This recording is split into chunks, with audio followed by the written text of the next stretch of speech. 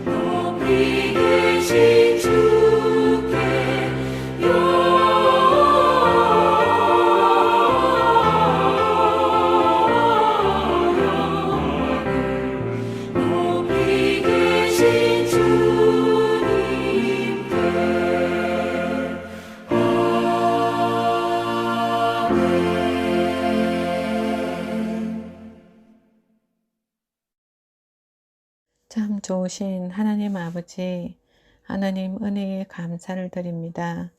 코로나로 불안하며 힘들고 어려운 시간이었고 다시 확산되는 이때에 정말 하나님의 은혜가 필요한 시기입니다. 삶의 현실 앞에 힘든 상황들이 주님을 통하여서 우리의 심령이 회복되고 위로를 받을 수 있는 모두가 되게 하옵소서.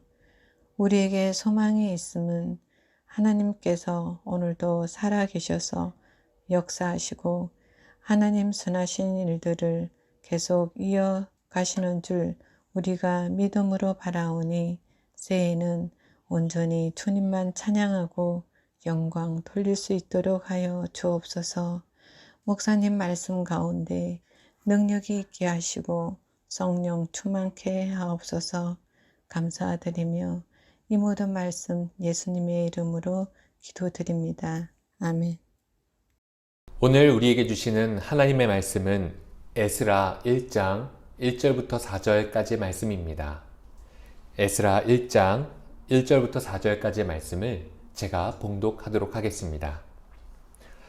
바사왕 고레스 원년에 여호와께서 예레미야의 입을 통하여 하신 말씀을 이루게 하시려고 바사왕 고레스의 마음을 감동시키심에 그가 온 나라에 공포도 하고 조서도 내려 이르되 바사왕 고레스는 말하노니 하늘의 하나님 여호와께서 세상 모든 나라를 내게 주셨고 나에게 명령하사 유다 예루살렘의 성전을 건축하라 하셨나니 이스라엘의 하나님은 참 신이시라.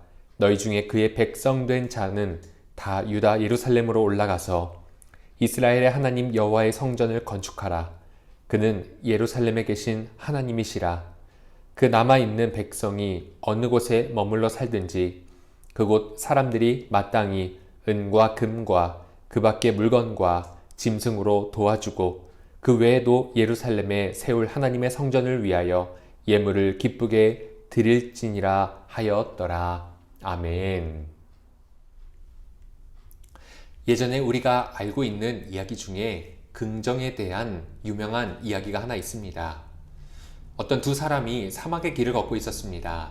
이 두 사람이 사막의 길을 걸으며 그들에게 남아있는 물은 단지 병에 반밖에 남지 않은 물뿐이었습니다.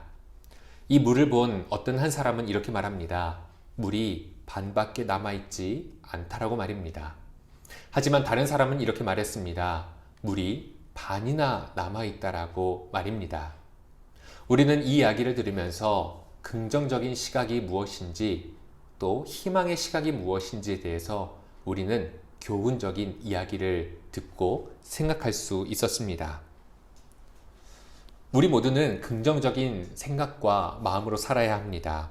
어떠한 환경과 또 상황에 처했든지 긍정적으로 바라보며 우리의 모든 마음을 더욱더 희망적으로 방향을 지을 수 있어야 합니다. 그런데 우리 그리스도인의 삶이 과연 긍정적이기만 할 수 있을까요? 물론 우리는 희망적이어야 하고 긍정적이어야 하지만 그것을 넘어 우리는 더 넘어 큰 것에 이룰 수 있어야 합니다. 바로 믿음의 시각입니다.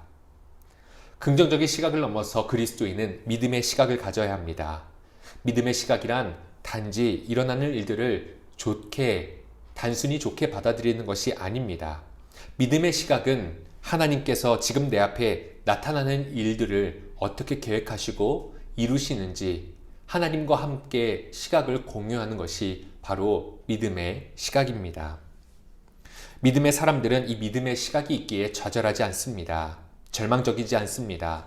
하나님이 이 상황 가운데 어떤 일을 행하실지 우리는 믿음의 시각으로 바라볼 수 있기 때문에 우리는 희망과 용기를 가질 수 있습니다. 오늘 우리가 읽은 본문의 말씀이 바로 이러한 믿음의 시각을 말씀하고 있습니다. 오늘 우리가 읽은 본문은 에스라의 첫 부분입니다. 에스라는 유다가 바벨론 70년의 포로로 잡혔다가 포로의 생활을 끝내고 해방되었을 때에 그 이스라엘 백성들을 유다로 데리고 온 지도자입니다. 우리가 잘 아는 느헤미야와 동시대 사람인데 느헤미야는 이 성벽을 건축했던 것으로 대표되는 사람이라면 에스라는 성전을 짓고 하나님의 말씀을 다시 백성들에게 일깨워준 신앙의 지도자였습니다. 에스라가 성전을 짓는 일을 시작하게 된 것은 바벨론 포로로부터 해방되어서 고향으로 돌아왔을 때였습니다. 바벨론을 이기고 세계의 패권을 장악한 바사, 지금 우리말로 하면 페르시아 왕 고레스가 이 유다 백성들을 너희들의 고향으로 돌아가라 라고 말했습니다. 그리고는 이렇게 말합니다. 예루살렘 성전을 건축해라. 왜냐하면 여호와만이 참 신이시기 때문이다. 다른 데 머물러 사는 백성들도 예물을 드려 하나님의 성전을 세워라 라고 그렇게 명령하며 모든 지방에 문서를 보냈습니다. 언뜻 이 말만 들으면 이스라엘 지도자가 한 말 같지만 이방 바사왕 고레스가 한 말이었습니다. 고레스는 이처럼 유다를 해방시켜서 고향으로 돌려보냈습니다. 하나님이 약속하신 70년 만에 이 유다 백성들이 예루살렘으로 돌아올 수 있었고, 또 그것뿐만 아니라 너희의 종교 신앙까지도 회복해라 라고 지원을 하였습니다. 이러한 고레스에 대해서 이사야 45장에서는 매우 특별한 별명을 붙여줍니다. 그것은 바로 기름 부음 받은 자라고 하는 별명입니다. 이 기름 부음 받은 자가 무엇인가요? 이것을 구약성서 히브리어로 말하면 메시아가 되고, 헬라어 신약 성경의 언어로 하면 그리스도가 됩니다. 이 고레스는 그렇게까지 칭송을 받으며 유다의 해방과 신앙의 회복을 돕는 하나님의 큰 도구로서 사용이 됩니다. 이방왕이 고레스가 무엇보다 세상을 지배할 정도로 막강했음에도 불구하고 이러한 유다의 일을 행한 것은 무엇이었을까요? 오는 1절에 따르면 그가 그렇게 한 이유를 이렇게 말씀합니다. 여호와께서 예레미야의 입을 통하여 하신 말씀을 이루게 하시려고 고레스의 마음을 감동시키시매. 하나님께서 예레미야의 입을 통해서 하신 말씀을 이루시려고 고레스의 마음을 감동시키셨다라고 말씀하고 있습니다. 그런데 이러한 일들을 역사적인 그 사건으로 바라본 역사학자들의 해석은 조금 다릅니다. 그들은 고레스가 이처럼 이 유다 백성들을 해방시키고 그리고 그들의 종교를 되찾아 준 것에 이유가 따로 있었다라고 말합니다.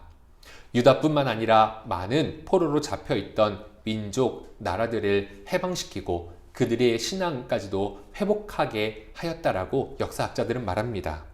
그 이유는 바로 큰 나라를 다스리면서 그들을 더욱더 효율적으로 다스리게 하기 위함이었습니다. 큰 나라를 다스리다 보면 여기저기에서 반란 세력들이 일어납니다. 그래서 강경한 정책이 아니라 유한 정책을 펴서 그들의 땅도 되찾게 하고 그들의 종교도 되찾게 하여 단지 정치적으로만 종속시키고 그리고 세금만 걷게 하는 형태의 정책을 폈습니다. 그렇게 하다 보면 그들은 그 모든 것을 받아들일 수 있고 또 페르시아 바사왕 고레스에게 종속되어 있는 것에 큰 불만을 느끼지 않을 거라는 바로 이 고레스의 지략이었습니다. 그래서 역사학자들은 이 바사왕 고레스의 지략이라고 그렇게 해석하였습니다. 하지만 성경의 저자와 믿음의 공동체는 이 일어나는 일들을 그렇게만 바라보지 않습니다. 그 일어나는 일의 표면 뒤에 진정한 일을 행하시는 분을 바라보게 됩니다. 사람의 역사로는 그것이 그냥 하나의 지략이다, 정치적인 책략이다로 바라보지만 그 뒤에 일하시는 하나님은 바로 예언자의 입술을 통해서 약속하시고 그것을 이루시는 하나님으로 믿음의 시각으로 바라보게 됩니다. 성경의 사람들과 믿음의 공동체는 바로 이러한 믿음의 시각으로 하나님을 바라본 것입니다. 세상의 역사 해석대로 그 일들을 바라봤다면 어떠한 희망이 있을까요?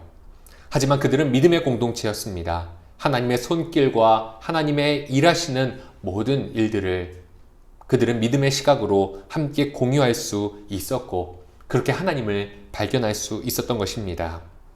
우리에게도 이러한 믿음의 시각이 필요합니다. 우리에게 일어나는 일들을 다양하게 해석할 수 있고 원인이 무엇인지, 누구 때문인지, 어떠한 것 때문인지 우리는 이렇게 불평할 수 있습니다.